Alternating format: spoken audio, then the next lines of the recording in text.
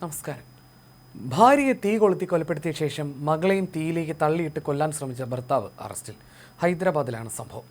കുട്ടികളുടെ മുന്നിൽ വെച്ചായിരുന്നു ക്രൂരകൃത്യം. അമ്മയെ രക്ഷിക്കാൻ ശ്രമിച്ച മകളെയാണ് പ്രതി തീയിലേക്ക് തള്ളിയിട്ടത്.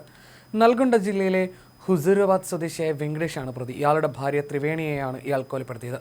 പ്രണയിച്ച് വിവാഹിതരായ ഇവർക്ക് ഒരു മകളും മകനുമുണ്ട്. ഗുരുതരമായി പൊള്ളലേറ്റ ഭാര്യ ത്രിവേണി ചികിത്സയിലിരിക്കെയാണ് മരിച്ചത്. നിസ്സാരമായി പരിക്കേറ്റ മകൾ രക്ഷപ്പെട്ടു. ഭാര്യയുടെ സ്വഭാവത്തിൽ സംശയം തോന്നിയതാണ് കൊലപാതകത്തിലേക്ക് നയിച്ചതെന്ന് പോലീസ് പറഞ്ഞു. ത്രിവേണിക്ക് മറ്റൊരാളുമായി ബന്ധമുണ്ടെന്ന് വെങ്കടേഷിന് സംശയമുണ്ടായിരുന്നു. ഇതായിരുന്നു തർക്കങ്ങൾക്ക് കാരണം. ഭാര്യയെ നിരന്തരം സംശയിച്ചിരുന്ന വെങ്കടേഷ് ഇവരെ മാനസികമായി ശാരീരികമായി ഉപദ്രവിക്കാറുണ്ടായിരുന്നു. ഉപദ്രവം സഹിക്കവയ്യാതെ ത്രിവേണി അടുത്തിടെ സ്വന്തം വീട്ടിലേക്ക് മാറി താമസിച്ചിരുന്നു. എന്നാൽ താൻ ഇനി ഉപദ്രവിക്കില്ല എന്ന് ഇയാൾ ഉറപ്പ് നൽകി വെങ്കടേഷ് തിരികെ വീട്ടിലേക്ക് ത്രിവേണിയെ വിളിച്ചുകൊണ്ടുവരികയായിരുന്നു. തിരികെ എത്തിയ ഏതാനും ദിവസങ്ങൾക്കുള്ളിലാണ് ക്രൂരമായ കൊലപാതകം നടന്നത്. വീടിനുള്ളിൽ വെച്ച് ത്രിവേണിയുടെ ദേഹത്ത് പെട്രോൾ ഒഴിച്ച് ഇയാൾ തീ കൊളുത്തുകയായിരുന്നു.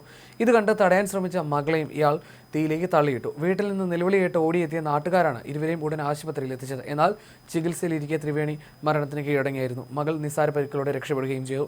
സംഭവത്തിന് ശേഷം ഒളിവിൽ പോയ വെങ്കടേഷിനെ 12 മണിക്കൂറിനുള്ളിൽ പോലീസ് അറസ്റ്റ് ചെയ്യുകയായിരുന്നു. പ്രതിക്കെതിരെ കൊലപാതക കുറ്റത്തിന് കേസെടുത്തിട്ടുണ്ട്.